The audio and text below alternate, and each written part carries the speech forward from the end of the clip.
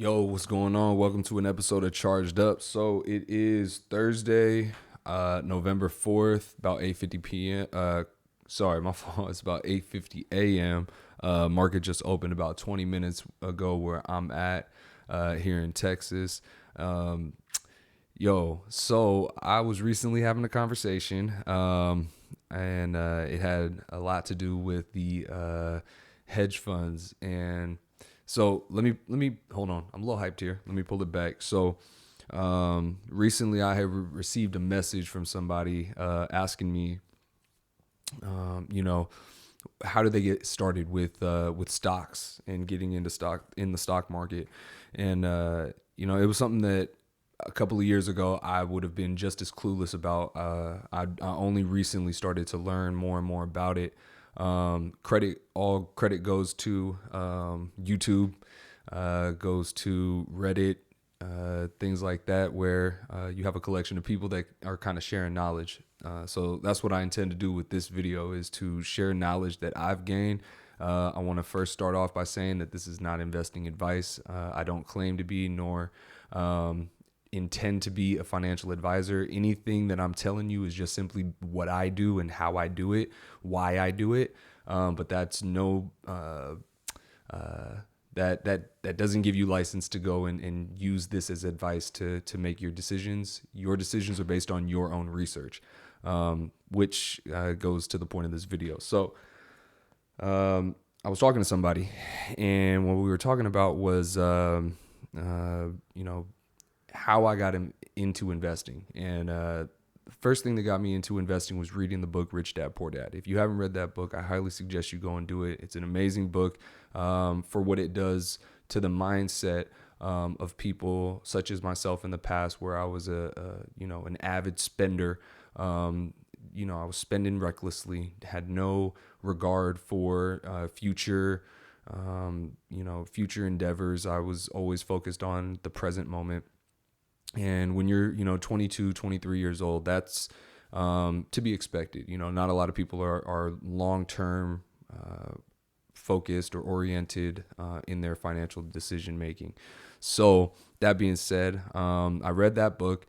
Book changed my perspective on what I wanted to do. And so that I read that at the end of 2016, which was December 2016. And then I finished the book in early January 2017.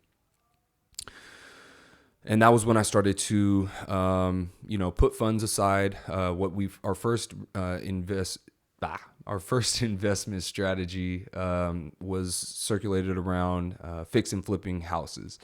And, to think back on it, that wasn't necessarily the wisest investment strategy to make at the time because of my inexperience, but I learned a lot, and I'm glad that I did it the way that I did it, because I wouldn't have the knowledge that I have today without that. So we bought our first house later in that year, around September of 2017, and we ended up living in that house for a little while, ended up selling it in February of 2020. So we were in there much longer than we originally anticipated, which is why I said that goes back to being inexperienced, not having an exit strategy, not having even an entry strategy, just kind of wanting to get our hands dirty, right? So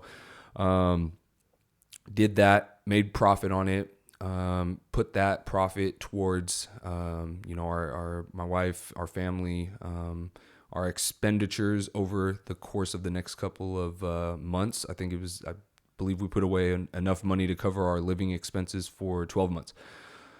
Put those living expenses away, and that's what allowed us to invest in more property, right? And this whole time we had been working, been making money, and it was in February 2020 when we sold the house, but it was in March of 2020 when I made my first, using the proceeds from that real estate deal, my first purchase of Tesla stock. In purchasing that Tesla stock, from where it's at today, I got it at the literal dip, the depth of the dip, I guess you could call it. I think I got in around $6 6/14 or something like that. Or correction, I got in on March 14th. So whatever the thing was, I'll link it here.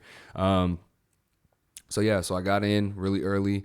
I was really big on the company. I've been kind of following the company ever since, I want to say, I saw my first Model S in 2013, and seeing my first Model S was when I was extremely interested in the company. And they only released the cars in 2012. We were living in the Bay Area at the time, or I was living in the Bay Area at the time, and I saw my first Model S, and I was like, wow, that's one of those Teslas. And my boy was with me, and shout out to him.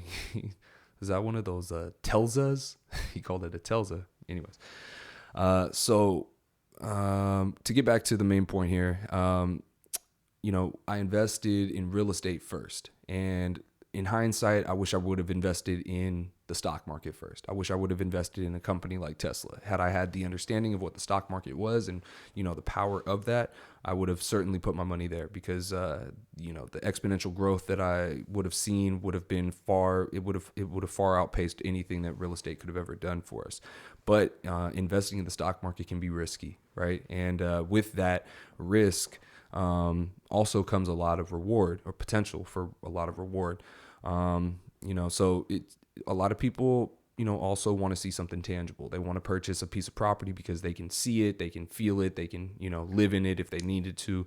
With stocks, it's not the same thing. You're kind of just putting your money behind a company and expecting or hoping that they will, achieve things that are outside of your control, which is similar with real estate. You can't control the real estate market. You can control your individual house, but outside of that, you can't really control much. So with that, we began speaking, this person and I today. Fast forward back to today, we were talking about how Tesla is, such a almost risk-free investment at this point in time. If you understand what the company is, you understand it to be near zero. This is almost a guarantee that the reward on this is going to far outweigh the risk. And again, the risk is near zero here. This is not to say that there is no risk. It's just to say that how I believe it to be is near zero. And again, that comes with a lot of understanding of the company, what they're doing, what their mission is, the product that they have. I currently own 2 Teslas, with a third on the way. So it speaks to what I know about the company and how greatly how superior I find their products to be to the competition, everything. So yeah. So the point of this video, is to kind of discuss, how people can go from being just an individual investor, probably like some of the people that are watching this video, myself included, how you go from being an individual investor to being a hedge fund manager, right? How you go from handling your own finances to then handling the finances of other people, right? And it got me thinking about it. And a few days ago, it was announced that, and this is all going to tie into it. It was announced that Zillow was going to be getting out of the iBuying aspect of their company plan. For those of you who don't know, Zillow, the company, purchases homes and then sells those homes. Essentially, they were trying to get into the fix and flip business. Didn't work out for them. They're selling all their houses at a discount, I should say. And so things didn't work out as intended. Stock price has begun dipping at a crazy rate. Like I believe at the time of the recording, it was probably down 40%. I know yesterday it was down 40% from where it was at 2 days prior. So, So with that, a lot of people who follow the stock market and follow these tech companies in particular know of a woman by the name Cathie Wood, who is the CEO and CIO, Chief Investment Officer, at Ark Invest. It's her hedge fund. I believe it's a hedge fund. Could be wrong. I think it is either that or ETF. I don't fucking, I don't know. Shows how much I know about what I'm talking about, right? So Kathy Wood, she has, a philosophy that focuses on investing in innovative companies, innovative tech. And within that innovative tech, she has, companies like Tesla. She also has companies like Zillow. She has companies. I think some of her holdings may be in Bitcoin. She has a bunch of different things, right, that she invests in. Now it got me thinking, because I've been a person that said that, again, Tesla is a near zero investment risk. At this point in time, it's an investment hit, right? If you're in it for the long term. Now, if you're in it for the short term, if you're in it for a week, the market is extremely volatile. It's extremely difficult to know what will happen in a week. But if you can extrapolate that out and you can look out, 2 years down the line, 3 years down the line, and understand what the company has done, what they're doing, and what they're intending to do, it's very easy to see how Tesla is a sure thing. So with that, Kathy Wood holds her largest holding is with Tesla, right? A bunch of different other holdings. So with this Zillow news, Ark Invest then went to purchase more shares, buying the dip, right? You'll hear this term, buying the dip, just means that the stock price was at this point. It's come down a little bit. People buy in right here since it's cheaper. And then, with the expectation that it's going to rise above where it was at. So they got more shares for a cheaper price, right? That's called buying the dip. And so Kathy Wood's Ark Invest bought the dip. Well, they bought the dip 2 days ago and the stock dipped even more. So it got me questioning, I think over the course of 2020, Kathy Wood's, or I should say Ark Invest, their ETF was up about 150%. I think maybe more than that, 157%, somewhere along those lines. And she was up. The investment, the ETF was up extremely high. But then you fast forward to 2021. And year to date, we're in November, right? It's almost January, so a new year is going to start soon. They're at -1%. I believe it was -1% when I looked at it yesterday. So they got me thinking, and I'm like, well, they had tremendous success last year. When what happened this year, and it got me questioning: does Kathy actually know?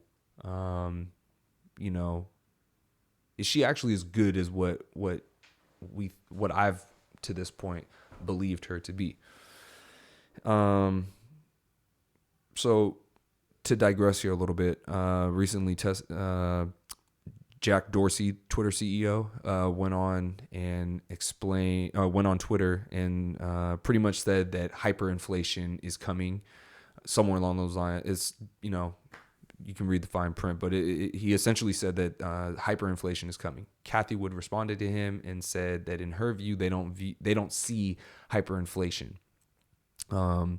being a risk. Elon then went and replied to Kathy saying that hyperinflation is coming, right? So you had hyperinflation is coming, hyperinflation is not coming, hyperinflation is coming, right? Jack Dorsey, Elon Musk, both have created financial companies, right? So Jack Dorsey created Square, and Elon had created PayPal, right? Or X.com, which turned into PayPal. So they have a very, very nuanced understanding of the way that money works. Now, a hedge fund, for those of you who don't know, is simply for ease of explanation or simplicity's sake, it is where a person or a collection of people are managing the money of other people, right? How does this play into it, Willie? What the fuck are you taking on this mental hurdles and all this shit? What's the point? Where are you going with this? Here's where I'm going with it. So if Kathy Wood is simply a person who manages other people's money, right? and she has a philosophy of investing in innovation and innovative companies and technologies. She's going to have an understanding of these companies and for people to trust her judgment, right? 157% growth from last year is a reason for somebody to trust someone else's judgment. So if you invested in her ETF, if you know absolutely nothing about stocks, you know absolutely nothing about the stock market, and you invested in her ETF last year, you would have gained 157%. This year, you'd be down 1% on your money. That's weird. But if you just invested in Tesla, the company that they have their holding, their largest holding, I should say, if you just invested in Tesla last year in 2020, I believe Tesla had over 700% growth in 2020. This year in 2021, year to date, there's 71% growth, right? So think about that for a second. Kathy Wood manages people's money. And I'm an individual investor personally, right? I'm an individual investor. So all I'm doing is managing my money. I bought some more shares today. I came up on some money, bought some more shares. Didn't have enough to get one more share. I was about $30 or $40 short at the time. I'm hoping, now let me just quickly say this. I'm a Tesla bull, but I'm hoping that it drops by 30, $40. So then that way I can get one more share and then it can go to the moon for all I care. As far as I'm concerned. So with that, I'm only managing my funds, right? But now I'm like, man, I'm trying to get my hands on as much Tesla stock as possible. How can I get my hands, Willie Greenwood, how can I get my hands on as much Tesla stock as possible? For those of you who don't know, I don't work, right? I don't bring in an income. All my money or any money that any money that I do bring in, I put it to Tesla. But I always want to increase the amount of money that I bring in so that I can increase the amount of money that I can put into Tesla, right? At this point in time. So I'm like, how can I do that?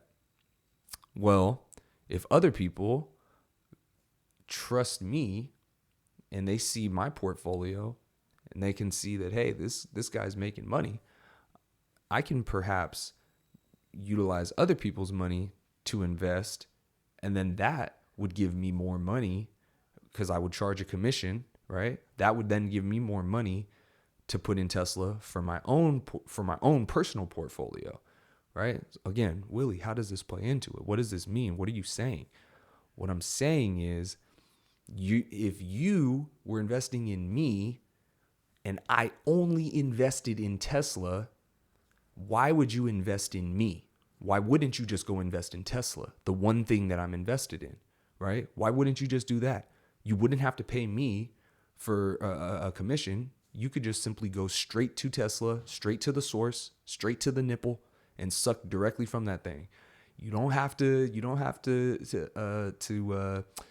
purchase a gallon and then pay for whatever cost it took to create the plastic in gallon and so on and so forth. Go straight to the nipple, right? Gallon of milk. You make more money that way. Well, I'd have to then have other ventures that I was invested in, right? I have to have other companies that I'm invested in, such as a Zillow, such as a Bitcoin. Even though Bitcoin is not a company, it's neither here nor there. You see my point here. If you were going to invest in me, I'd have to say, hey, this is my portfolio. For people that don't know how to invest, come invest in me. I'll take your money, I'll manage your money, and I'll make you some money, right? You don't have to know anything about stocks. Just come and invest your money in me and my companies, right? Now it's like, hold on. I could maximize the amount of money that I'm getting if I only invested in your highest holding, which was just Tesla. And consider this. If you have two options, right? The first option says you give me $100 and I'm going to, bring you back $100 in 5 days, right? And then you have the other option. The other option says, hey, you give me $100 and I'll give you back $50 on top of your 100. So I'll give you back $150. This one says I'll give you $200. I'll give you $150, but I'll give it to you in a year. So you got one that says I'll give you $100 on your original $100. I'll give you $200 in 5 days from now. And then you have another person that says I'll give you $150, $50 on top of your original 100 a year from now, 365 days from now. Which one would you personally pick?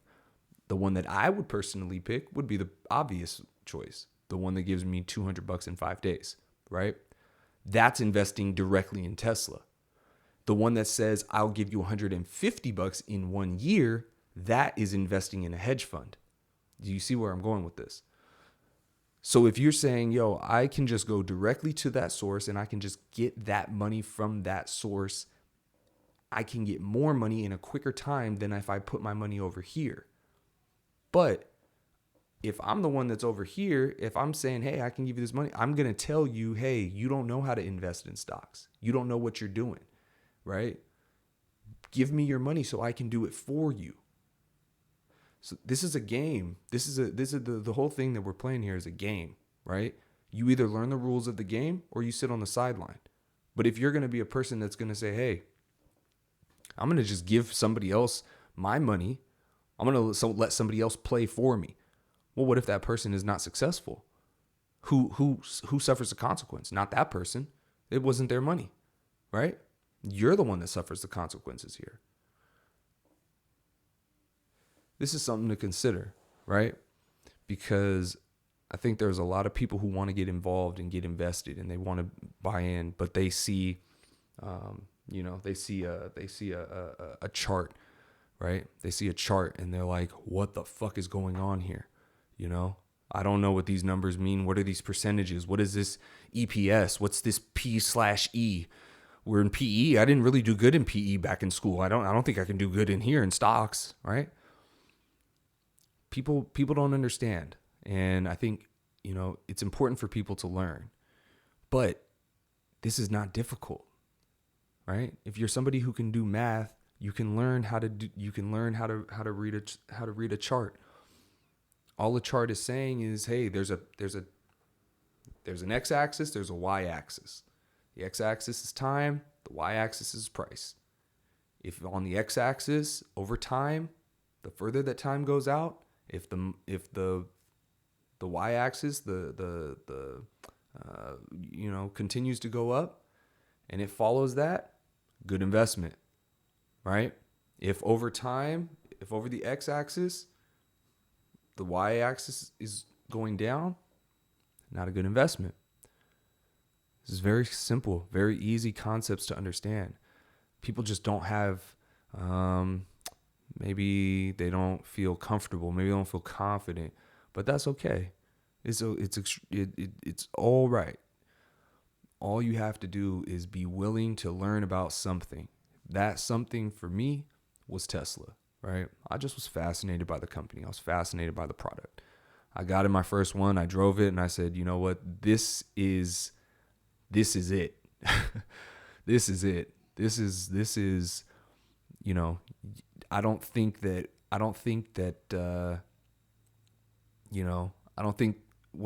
after I drove that car, I don't think I ever experienced a thrill like that in another car again, right? I don't think I ever felt that way, the way I felt getting in my first Tesla. I don't think I've ever felt that way again.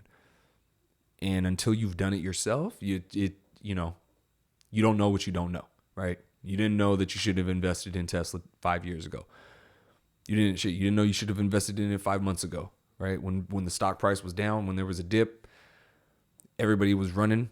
Everybody's like, nope. Or they were hesitant. It's like, that's when you should have been buying. If I had the ability to buy more at that time, I would have bought more. I just came up on a large sum, a week or two ago, put it into my account and bought it immediately. Every spare cent. I'm trying to scrounge up cents right now. I'm in a sense a short because I want Tesla to drop by about $40 so I can get another share before it starts skyrocketing. It's very, very easy. I'm going to continue to talk about this. I'm going to continue to harp on it. I've rambled on for quite a lot of time, Made a lot of mistakes. I'm not going to edit these things. I don't want there to be any mincing of words. If I say something, you know, I just need to improve, right? And we can improve together. So yeah, I think I talked for quite a while there, and I hope this provided some sort of value, right? It didn't really give you much knowledge per se, but perhaps it gave you a little bit of value, right? Hopefully this will get your mind thinking. Maybe you can start to dabble in learning about you know, the company, learning about the stock market in general. We're at a point in time where you know, things are gonna change dramatically in a relatively short amount of time. So for those of you who are looking to get into buying Tesla, I would say, you know, make your decisions based on your own research. Don't listen to a guy on YouTube. Don't listen to your friends. Don't listen to your family. Trust yourself. And if you trust yourself, you trust your knowledge, you trust your insight and your information, I think you'll do well. But heed my warning that it's only going to go up from here. There may be downs, there may be sideways, but over the long term, over the next 2, 5, 10, 20 years, I think we're going to see a continued climb and rise out of this company. They have a lot going for them. I'm at this point, I'm making these videos so I can make some money, so I can invest in them more, to be all the way real with you. I think you know, to gain some traction would be nice. To you know, get my thoughts and opinions out there would be great. But at the end of the day, I'm just trying to look for more streams of income so I can keep putting it into this company, because I truly am a believer in everything that they're doing. And I think the more people that begin to, it's not about if, it's a matter of when people become more understanding of the mission, understanding of, you know, the limitations to growth of the company, such as, you know, all the politics behind it, things of that nature. We're going to talk a lot about that over the course of this channel. But when people stop fighting it, stop pushing back against it, and they just allow it to happen, it's gonna take off. So with that, I'm gonna let you guys go. Appreciate everybody for tuning in. If you enjoyed this, you found value in it, you gained insight, please be sure to like, share, subscribe, leave a comment if there's anything that you have questions about that you'd like answered in the next video, and I'll be sure to do that. Until the next time, y'all, peace.